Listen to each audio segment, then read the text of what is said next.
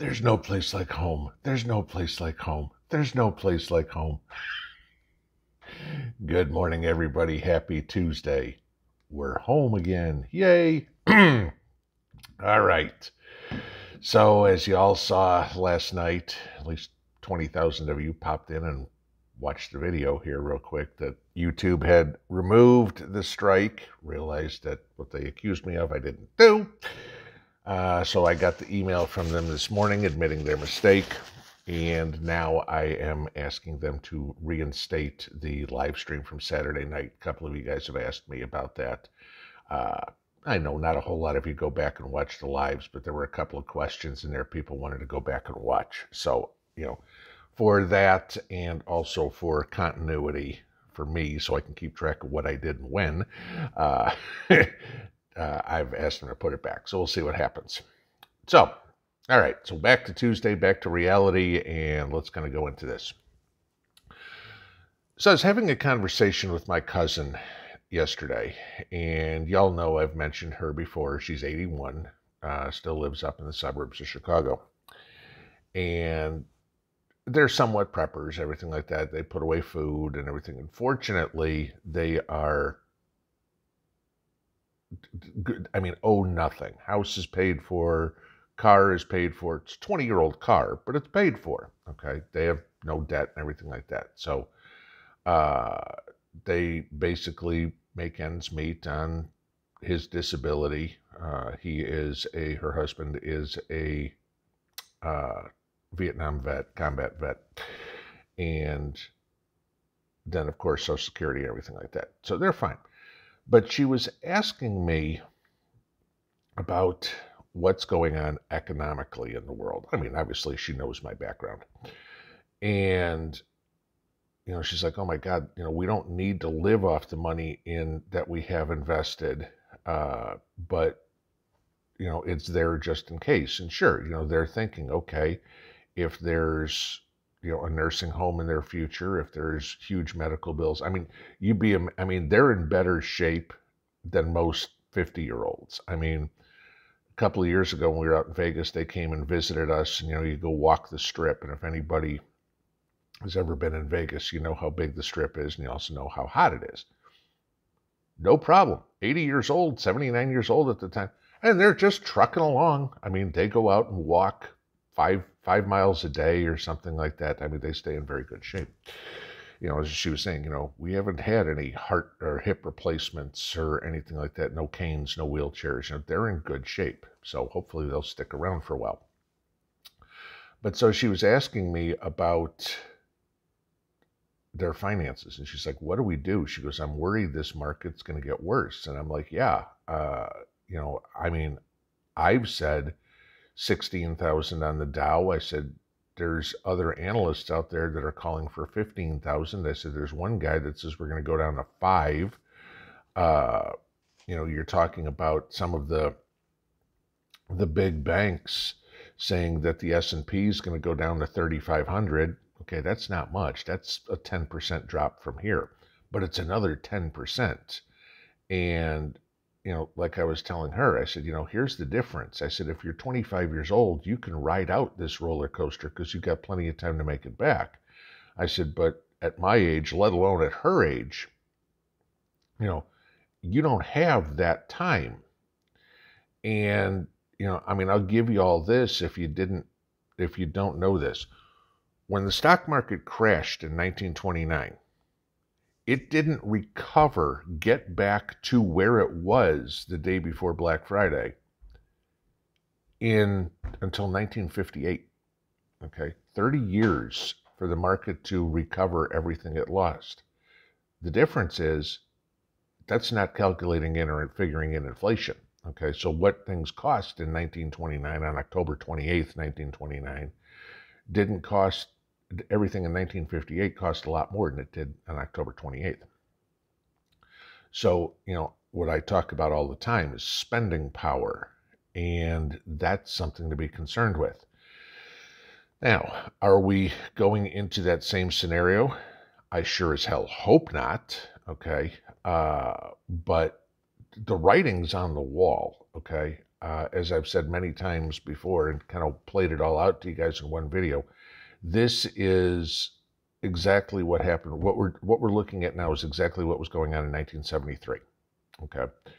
And so do we see the same thing? How does the Fed try to help? Difference between now and 29, of course, is you can't margin 90% and everything. So hopefully it's not that bad. If we have a crash like 1929 again, that's because of just the worldwide economy. And again, I'm going to go into this over and over and over again. It's spending money we don't have. Individuals, companies, governments, whatever. Debt-based economy. Yeah, I get it. That's what we're based. But eventually, the cows come home. And we may be, I think we are at that point. It's time to pay the piper. What's very telling for me as to why the market's going to continue to drop, okay, and inevitably your investments, is looking at earnings reports. Now, mind you, the market is a forward-looking vehicle. It's pricing what people think the companies are going to be worth in the future. That's what today's prices are. It's betting on the future, investing.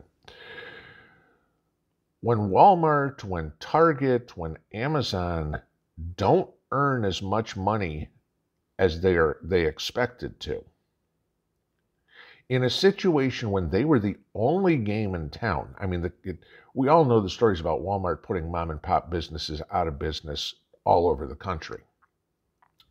COVID did a lot more, and Walmart was still left standing. How did Walmart make less money? How did Target make less money? How did Amazon make less money? You couldn't leave your house, so you bought your stuff on Amazon, okay? How did they miss earnings? It's because people don't have any money to spend. All right, here's the problem. If groceries are going up, if electricity is going up, if gasoline is going up, your paycheck is not. And so therefore, that money that you would spend on a Netflix subscription, which, oh, by the way, missed earnings by massively, okay? You canceled that. You didn't go out to dinner. You didn't go buy the new pair of tennis shoes at Walmart. You didn't go buy the new t-shirt at Target, whatever it is. You didn't do some drunk ordering on Amazon at 2 o'clock in the morning on Sunday morning one day. So earnings go down. And that's a snowball. Now, what have we seen? The market's been down for, I think it's 7 weeks in a row now. As I'm looking at what's going on right now in the market, okay, here it is, it's 6:30 on Tuesday morning. Dow futures are down 205 points, S&P futures are down 40. So we're going to see another sell-off, at least on the opening. Granted, the Dow was up 600 points yesterday, but that's fine. We're still doing this. Look at a chart on the market. It's going down. You guys have seen, what I told you the other day about, what was it, 13%, 18%, and 27% respectively. The only asset class that's up right now is precious metals, which still holds true. So, this is why start protecting yourself. I know it's tough to go, oh my God, I've already lost 25% in my investments this year. What am I going to do? I need it to come back. Mind you, that's a risk you're taking. You could go up, it could come back, okay? I mean, the stars could align, Biden could get shot. Nope, never mind. And the market could go back up. But it could also go down. And what happens when 2 months from now, and we do hit that 3,500 on the S&P, and we've gone down another 10%? Fear of missing out. Oh, I wish I would have sold back then. Got out because the market was, I would have saved that extra 10%. I'm not telling anybody to do it. I'm just telling you, assess your risk. That's the important part. If there's anything that'll make you guys feel a little better about what you've lost, okay, this is just a little piece of information. all those elites, the people that are screwing us, politically, economically, whatever it is, our favorite people, they're losing their ass too, right? Just to give you this idea, because of what's happened in the stock market, Mark Zuckerberg so far this year has lost $54.1 billion. Jeff Bezos, $61.1 billion. Bill Gates, $21.7 billion. Elections have consequences. Yeah. We all know who these guys supported. Okay. These are the consequences that they get to pay. Now, of course, any one of them looking at this, they ain't happy about it, of course. But, it's not like they're worried about putting dinner on the table tomorrow night. So, guys,